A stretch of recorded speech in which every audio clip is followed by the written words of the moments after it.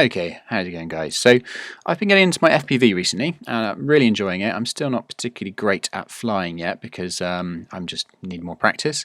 I've been flying drones for many years, but FPV is new to me, acro is new to me, so please excuse the very basic flying going on here. But what this video is about is basically I wanted to show my results in terms of the best camera and settings to use on an FPV drone.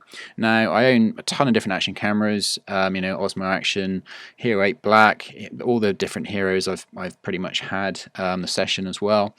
And I've been trying out a bunch of different stuff on my FPV, trying to figure out the best possible one for some nice cinematic shots, because at the end of the day, that is what I want out of this whole FPV experience. I want it as a fun hobby, but I also want to be able to get some cinematic shots out of it as well.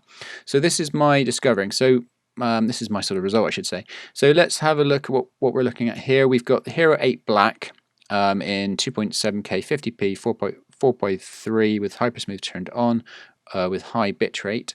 And that's side by side with the DJI AIR unit. The reason why I'm doing this is because I wanted to show how good the HyperSmooth is to mask my terrible flying, to be perfectly honest with you.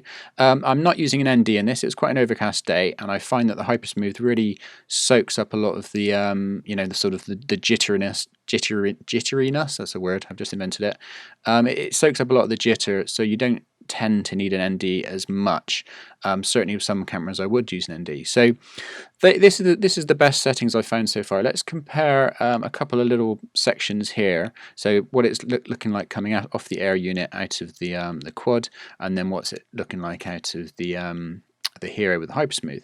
As you can see from these two clips here, it really soaks up all the sort of, it soaks up the bad flying, to be perfectly honest with you. I'm really not a very good pilot yet. You know, I'm slowly getting there, but I've got a lot to learn about making my shots smooth in a completely acro FPV experience. And the Hero8 Black is doing a really good job. Obviously you've got real steady as well, and you do get fantastic results from that. But at the present point in my FPV kind of experience, I want something that's just going to come out of camera and look good for now. Later on, when I'm actually properly good at flying, I probably will look into the real steady a little bit better. But if you just want something coming out of the camera looking good, then this seems to be the best option. So let me just quickly discuss the other options. So I put the Osmo Action on, and what I found was, first of all, if you want stabilization on, it crops in way too much. It's a little bit over sharpened for my taste anyway. I tend to prefer less sharpness coming out of camera, and then obviously, you know, put whatever sharpness you want on in your final render. But also the main issue I had with the Osmo Action was I was getting a lot more jello with that camera than any of the GoPros.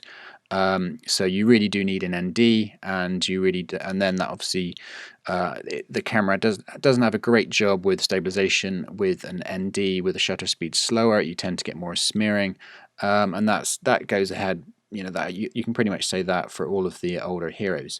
The Session 5 is a very good option if you don't have much money. I would say get the Session 5, do that in 2.7K and 25p, and then use something like ND16 or something like that, and that really smooths the whole experience out. I wouldn't trust the stabilization in the Session 5, but the image, it really isn't that bad considering how old a camera is and how cheap they are, and also how light they are. That would be my second choice. Hero 7 Black is obviously a good choice as well, but better image than the Session 5. But the stabilization isn't as good, so I would be, you know, retreating to an ND option again, and then it's got the same sort of weight as a Hero8. Like, the only real reason I will sort of put up with the weight of the Hero8 Black is because the image is that nice and the HyperSmooth is that good that it's worth me having shorter flight times and a little bit lesser performance. I mean, for what I'm going to be doing down the line, it's not going to be sort of extreme high performance maneuvers anyway. I really want I want this to go alongside my DJI quads for cinematic shots. And just give it a bit more of an FPV experience, so you can get in closer and you can kind of, you know, fly around like a bird more. I don't want the extreme maneuvers, but I do want something that you can't get with, you know, DJI Mavics and Phantoms and all that kind of stuff. So that's where I'm kind of aiming. Anyway, I just thought I'd share this little test because there's just some filming today. It's very unspectacular flying and location, but I thought it did a good job of showing how good the Hero8 Black is in its HyperSmooth, in really sorting out all the bad flying and twitchiness and all the rest of it. Anyway, guys, I'll leave that there. I hope that was a little bit useful for some of you fellow FPV nerds. And yeah, this hobby is fantastic. I'm really enjoying getting into it. But as you can see, I've got a lot to learn yet. Anyway, hope this was useful. Peace out. Bye.